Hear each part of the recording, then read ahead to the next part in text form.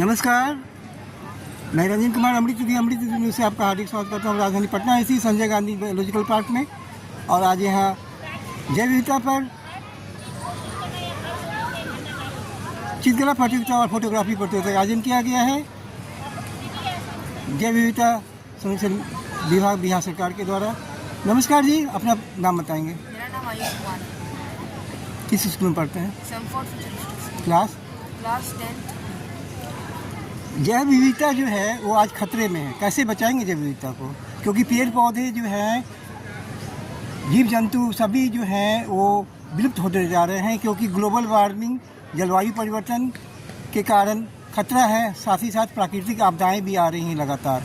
क्या कहेंगे आप? ये सब वो हमारे चलते हो रहा है, जो हम नई नई टेक्नोलॉजी पे हम लोग इवॉल्व होते जा रहे हैं धीरे धीरे। हमें उन टेक्नोलॉजी पे इवॉल्व होना है, पर जो पीछे का हमारा पीढ़ी पे जो हम लोग का था, बहुत सारे रूल थे, नियम थे, जिसके चलते पहले हरियाली थी और ये सब चीज़ें नहीं हो रही थी, जो कि आज हम लोग फेस कर रहे हैं। तो हम लोग को टेक्नोलॉजी के साथ इन्वॉल्व करना है, पर जो पीछे का हम लोग का रूल रेगुलेशन था उसको हम लोग को कभी भी भूलना नहीं है। उसको फॉलो करते हुए हम लोग को टेक्नोलॉजी में इवॉल्व करना है।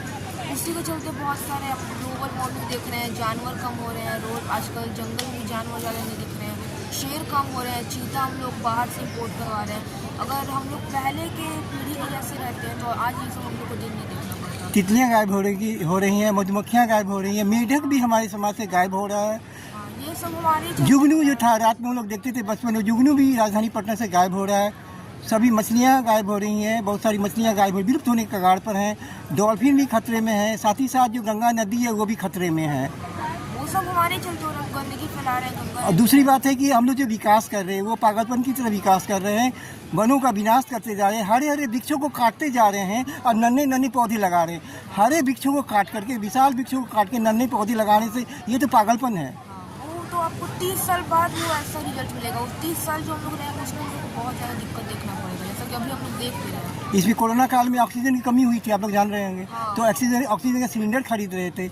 अगर ये जंगल होते या हरे हरे वृक्ष होते राजधानी पटना में या शहरों में सभी जगह, तो हम लोग को ऑक्सीजन की सिलेंडर नहीं खरीदना पड़ता।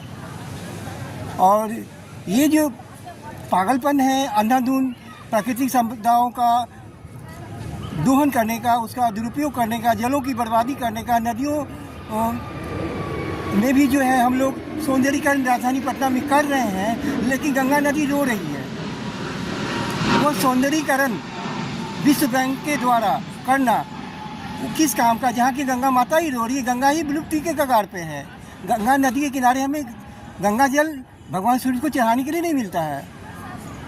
तुलसी का पौधा, पीपल का पेड़ और बरगद का पेड़, ये सभी हमारे जो नई पीढ़ी के लोग हैं वो भूलते जा रहे हैं, क्योंकि पीपल के पेड़ बहुत कम ही जगह देखने को मिलेगा। बरगद का पेड़ और भी क्या कहता है, बहुत सारे, जैसे आपको ये बरहर, नीम, ये सब लगभग गायब होते जा रहे हैं।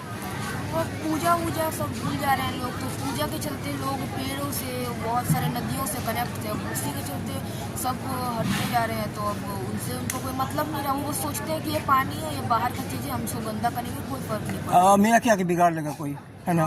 यही कानून भी कुछ नहीं करती है, कानून भी खामोश है। बस फैला रही है, वो उस पर कुछ लागू नहीं करेगी, करेगी तो उनको इतना पनिशमेंट मिलेगा, ऐसा कुछ बस बोल रही है। भ्रष्टाचार है ना। हाँ, हो नहीं रहा है। सबसे बड़ी बात है कि अगर कोई कानून का उल्लंघन कर रहा है, प्राकृतिक पर्यावरण संरक्षण या ध्वनि प्रदर्शन का या ये जैव विविधता का अगर वो उल्लंघन कर रहा है, तो उसे कठोरतम सजा दी जानी चाहिए, चाहे करोड़पति व्यक्ति हो या अरबपति हो।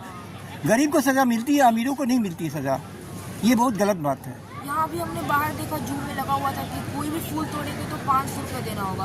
लोग कोई सोचेगा कि 500 रुपये, चलो कुछ कम दे देंगे, ज़्यादा दे देंगे, हो जाएगा। उसे कुछ सज़ा देना चाहिए उन्हें, कि हम आपको जेल भेजेंगे, कुछ साल भेजेंगे। जैसा कि कोई मृत्यु या कोई क्राइम में नहीं मिलता, इसको भी एक क्राइम में लेना चाहिए, पर लोग इसको क्राइम में नहीं। हरे वृक्षों को काटना मतलब हम एक अपराध कर रहे हैं। ऐसा बात नहीं है कि वो केवल एक क्या कहता है, ये जो मूक है पेड़, जो कुछ बोल नहीं सकता है, उसकी हत्या हम कर रहे हैं, वो उससे हमको कोई सज़ा नहीं मिली। लेकिन ये अपराध है, केवल वो समाज, पूरे समाज के लिए वो एक तरह से खतरे का सिंबल। हरे पेड़ को नहीं काटना चाहिए, नदियों को गंदा भी नहीं करना चाहिए, पानी को बर्बाद भी नहीं करना चाहिए। आपने बहुत अच्छी बातें बताई। और क्योंकि हमें प्रकृति से जुड़ना है, वेदों की ओर लौटना है, तभी हम पर्यावरण संरक्षण कर सकते हैं, जैव विविधता बचा सकते हैं और तभी हम अच्छा नागरिक भी कहला सकते हैं। बहुत बहुत धन्यवाद। और मुझे बहुत खुशी हो रही है कि सैमफोर्ड स्कूल में ऐसे भी बच्चे हैं जो कि बहुत कुछ जानते हैं। और बड़ा होकर क्या बनना चाह रहे हैं आप? बड़े होकर मुझे IIT में जाना है। IIT में जाना है, चलिए। अपनी पसंद है IIT में जाना कि माता पिता की? नहीं, अपनी पसंद अपनी पसंद है। सॉफ्टवेयर डेवलपमेंट इंजीनियरिंग में मेरा वो रहा है। चलिए, मेहनत कीजिए, हमेशा खुश रहिए और खुश रहिएगा तभी आप सफल होइएगा और आगे बढ़िएगा। बहुत बहुत धन्यवाद। मैं रंजन कुमार, अमृत न्यूज़ पटना बिहार। जय हिंद, जय भारत, वंदे मातरम।